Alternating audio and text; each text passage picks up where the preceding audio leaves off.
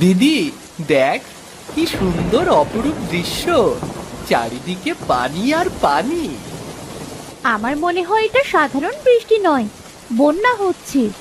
বাবা মা, দেখো, বন্যা চলে এসেছে। কত পানি চারদিকে, সব ডুবে যাচ্ছে মা, সব ডুবে যাচ্ছে।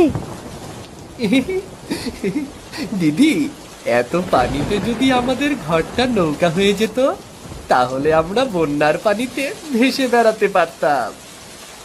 ঘর নৌকা হয়ে গেলে তো ভালোই হতো। যাই হোক, ওগো, আমাদের এই পানি থেকে বের হতে হবে, না হলে যে সবার খাবার জোগানোই কঠিন হবে। বাড়িতে ডাল ছাড়া যে আর কিচ্ছুটি নেই। ঠিকই বলেছ গিন্নি, কাল আমাকে বের হয়ে কিছু করতে হবে। এই বন্যার দিনে চিংড়ি ধরার কথা ভাবছি। কি বলো?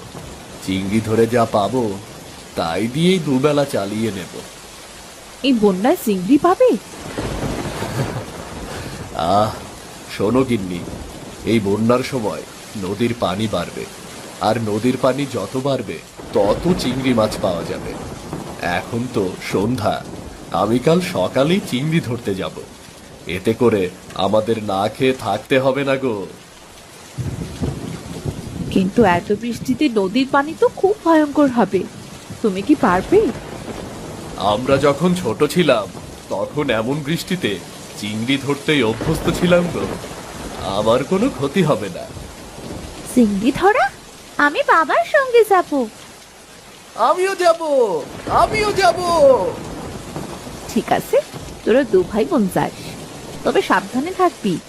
বন্যার পানি কিন্তু খুব বিপজ্জনক হতে পারে, আর তার উপর আবার বিদ্যুৎ চমকাচ্ছে। না জানি এই বন্যার সময় আমাদের ঘরটা কখন ডুবে যায়। ওদিকে গরু দুটো সকাল থেকে না খেয়ে মরছে। আহ গিন্নি, এমন অলক্ষণে কথা বলো না তো। বিধাতাকে স্মরণ করো, দেখবে সব ঠিক হয়ে যাবে। আর আমি দেখছি গরুর জন্য কিছু খাবার পাওয়া যায় কিনা।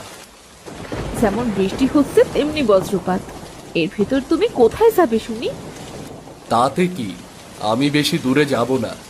আমাদের ঘরের পেছনে যে কলা গাছ আছে না, সেটা থেকে কিছু কলা পাতা পেড়ে গরুকে খেতে দেই। তাছাড়া তো কোনো উপায় দেখছি না। এই বন্যার পানিতে কলা গাছগুলো এমনিতেই মারা যাবে। ঠিক আছে, যাও।